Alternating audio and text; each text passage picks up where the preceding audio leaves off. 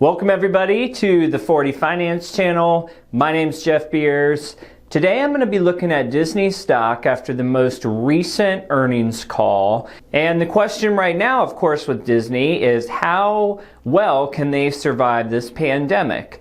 And not necessarily from Disney's going to go out of business point of view, but how can they keep their revenue streams going and keep the ship floating along so that they can prepare for the recovery phase of the pandemic next year. So we're going to take a look at the stock, take a look at the money that's coming in, and consider the money that's coming up in the future and see if this might be a really good buy opportunity for investors to jump into Disney, or has that ship already sailed and you need to pause and hold Disney for a little bit. As always, my stock picks and projections are just my opinion for your entertainment. Please talk to a financial professional before investing. However, if you do enjoy stock market analysis and personal finance videos, then please subscribe to the 40 Finance channel. Thank you to everybody who's supported the channel so far. All right, so as I mentioned, Disney recently came out with their Q3 earnings.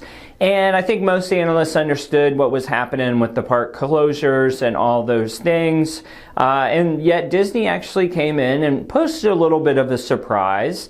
And most of that surprise was in the direct-to-consumer and media side with, of course, Disney Plus, Hulu, things like that. And the park segment, which we'll dig into in a minute, kind of did what we thought it would do, right? It had a significant downturn from the year before.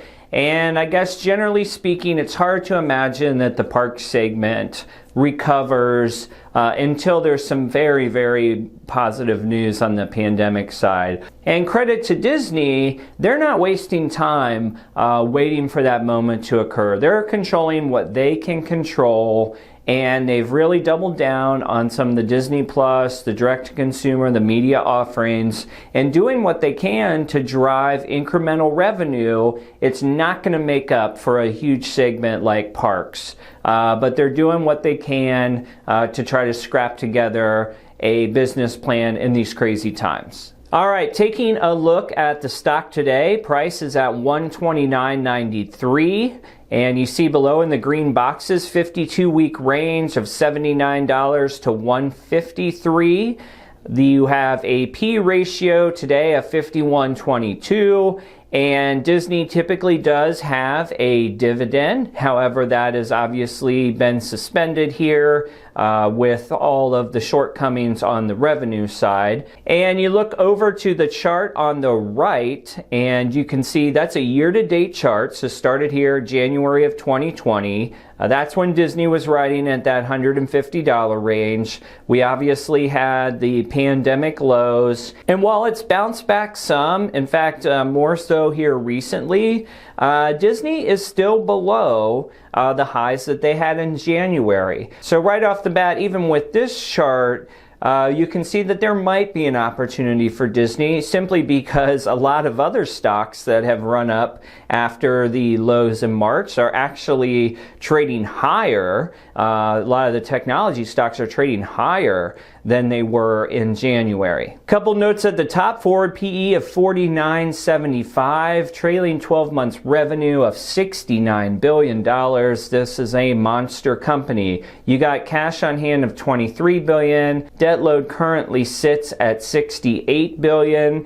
That's a little bit higher than Disney normally runs, but these are, of course, difficult times. At the end of the day, though, this is a company, when all cylinders are firing, should have plenty of opportunity to pay down that debt over the long term. Okay, so let's take a look at the historical valuation measures of Disney and try to get a feel for where it's trading at today from a valuation standpoint, if this is a place where long-term investors can get in on sale or a discount, so to speak. All right, these are annual metrics that I pull from Yahoo Finance. And you see I've highlighted there in the first yellow rows, trailing PE and forward PE. Today's PEs are in the red box, 51.22 for trailing, 49.75 for forward.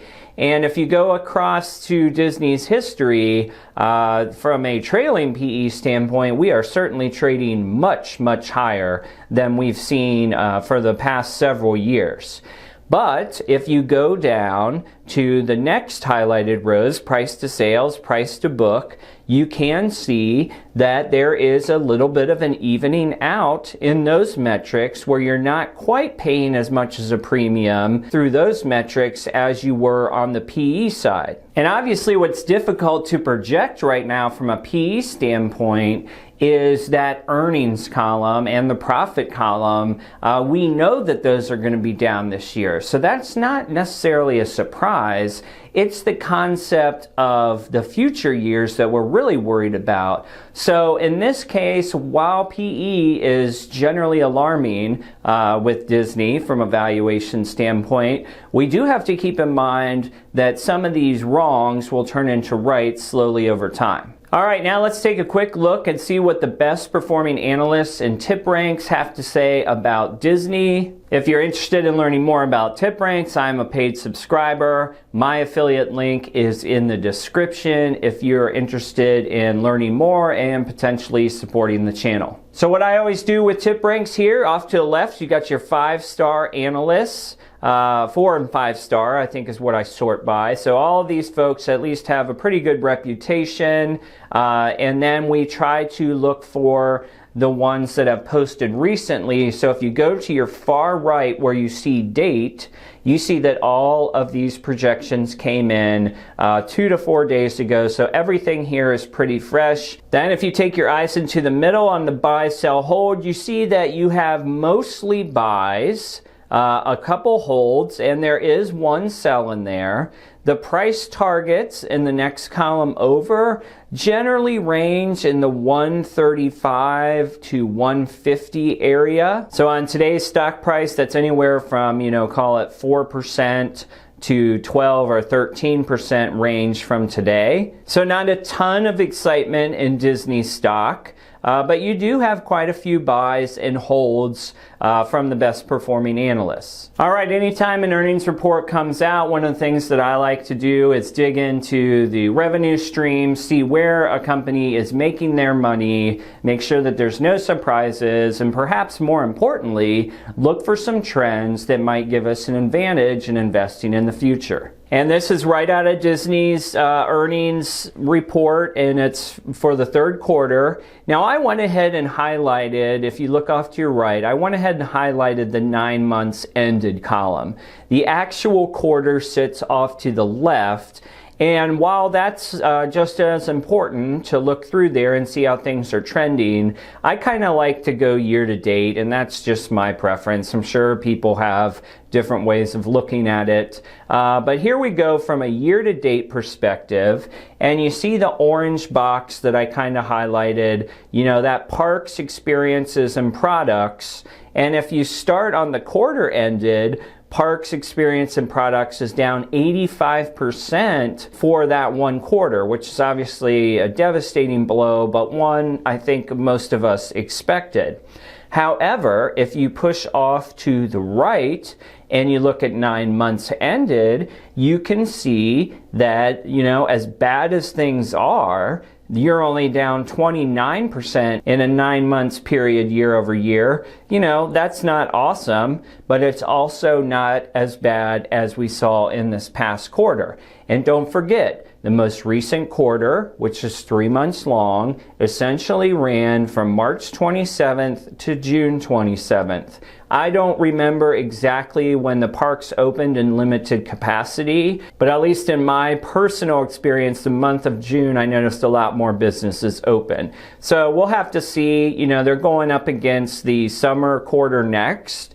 And obviously, I would figure that tourism is going to take a significant hit. If they can salvage a few bucks there, it's better than putting a zero up on the comp board. Looking down in between the orange and blue is studio entertainment. I forgot to put a color box on there. So studio is, basically creating entertainment, and with the closure of movie studios, TV studios, everything else, you can see that revenue was down 55% for the quarter. However, off to the far right, you're +3 for the 9-month comp period, which is really great. And then finally, in the blue box, the one we've all seen and heard on stock market news, which is Disney Plus, direct to consumer, Hulu, ESPN, whatever you want to call it, that was up 2% year over year, and it is up over 100%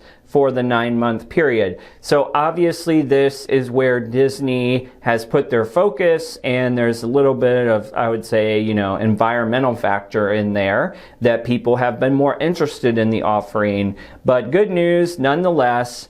If we scale all the way to the bottom on the right-hand side for 9 months ended, I highlighted it in purple, you're basically flat revenue, right? You're basically flat 50 some odd billion versus 50 some odd billion year over year. So not a bad place to be when you think about all the things that haven't went Disney's way. All right, just mainly as an information point, because I know there's a lot of media circling, with the Disney Plus numbers and whatever. If you were curious, here we go. In the black box, these are number of paid subscribers in millions. 57.5 million for Disney Plus. They didn't have the service last year, so that's 100% comp. ESPN Plus, you're jumping up, what is that, 3x or so to 8.5 million from 2.4. And then on the Hulu side, you've grown about 25% for the standard service, and you throw in live TV, that one's grown about 55%. Bottom line, you're at about 100 million or so total users between Disney Plus, ESPN Plus, and all of Hulu. And last year at this time, you were somewhere in 30 million range. So outstanding growth, the majority of that was just turning on Disney Plus. And there's nothing wrong with that. It's great that it's doing well. I did notice in the bottom, and I highlighted it in like a red box there, bottom right, that the revenue per paid subscriber was down a little bit for ESPN Plus and some of Hulu. If you go into the investor report, that had to do with the advertising that was available and then the packaging options that Disney offered, so call it like a bundle package or whatever. However they've decided to market their bundles, that impacted revenue per subscriber, and so did, basically a down advertising market. All right, one of the things I want to do today with Disney stock that I think is kind of fun is taking the things that are wrong and sort of flipping the script when we look at it from an investing point of view. So again, so many stocks have exceeded their January highs, whereas Disney hasn't really bounced back too high off of the March lows. So I'm going to take the management notes, and we're going to see all the negatives that they call out and see if we have any big problems that won't likely correct themselves in the next, call it 18 to 24 months. All right, so this is their little COVID statement, and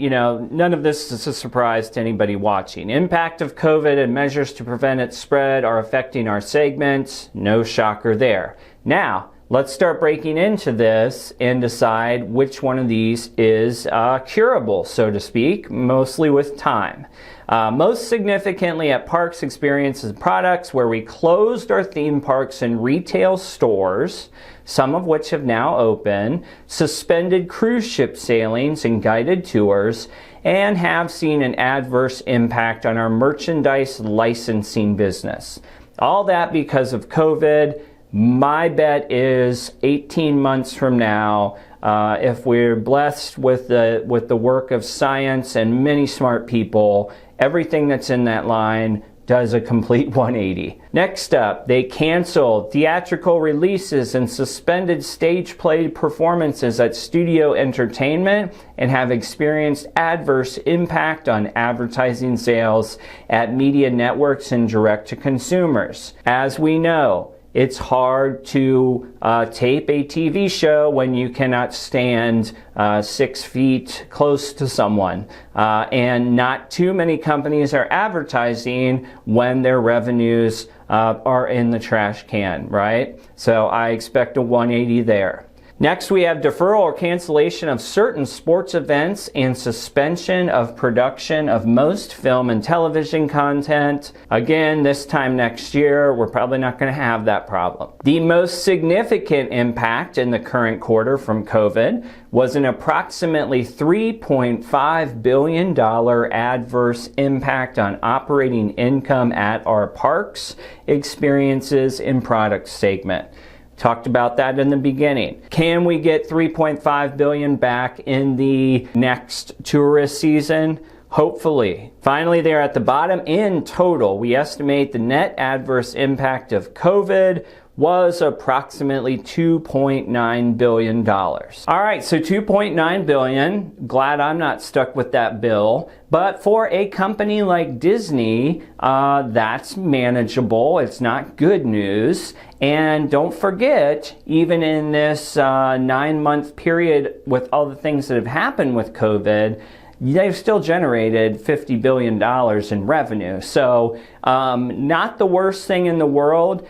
And more importantly, I think everything on that board shows some promise to correct itself with the help of scientists and doctors working against the pandemic that we're in. All right, bottom line here, I think Disney as a company has done a good job of taking lemons and making lemonade, really pushing direct to consumer. They also announced a new entertainment offering in international markets under the Star Network. Has to remain to be seen what that means, but it's basically distribution of similar to Disney, ESPN, Hulu, except packaged in Star. So that is a launch that has some potential in the short term. In the short term, though, I think there is going to be more pain, certainly through Q4, potentially through Q1 of next year. And that's just the fact that even the parks being open doesn't put them at 100% capacity. And if you're a business like this that's run as long as Disney has, incremental revenue is the game, incremental profits. It's going to take a while to bounce back to those levels, but comps for next year should be outstanding if we get a little luck against COVID. Next point, I would say that if you take P/E ratios for just their numeric value today, you're going to see a stock that is inflated compared to what it's traded at in the past. I would encourage you to rethink those P/E ratios given that the forward-looking statements on profits and earnings are not very good right now, certainly through the rest of the fiscal year. I think if you focus on the valuation of the assets and the IP of Disney, you still have the same company. They're just not able to market their products like they normally would. In my opinion, this could be a really good time to buy if you're going to be a long-term shareholder. Number 3, as we discussed a couple slides ago, everything that's wrong with Disney right now has a remedy that you can already see coming forward at some point in the future. Not a lot of people can say that. There are companies that have old product lines or things that used to make money aren't making money anymore. That's not the case with Disney. Here we just have a company with incredible assets, and the market has temporarily changed and prevented consumers from buying in to the services they offer. So no surprise at the end of the day, I think this is a rare opportunity to buy Disney on a downtime. I think that you could see some more negative headlines come out. I know that they've canceled some of their holiday festivities. Halloween, I think, was one that I heard. Don't know about Christmas, but I can't imagine that's going too well either. I'm guessing it takes a while for cruise lines to get back going and everything else. So if they reopen fully by spring break of 2021, I would say that's an amazing turnaround. And if they open by 4th of July of next year, then I think the ship turns pretty quickly. And in the meantime, they are focused on the right things. They're trying to pull levers. They're bringing money in where they can bring money in. It will be interesting to see how movies and theatrical releases kind of proceed, as we still do not have any timetable for theaters opening. When will movies start to come out and be produced again? That could be a real drag for another 18 months or so, even just to ramp up production. But when it hits, it's going to be a huge boon to Disney. All right, guys, that's my take on Disney stock after Q3 earnings. If you enjoyed it, please give me a like and subscribe. I'll see you on the next video.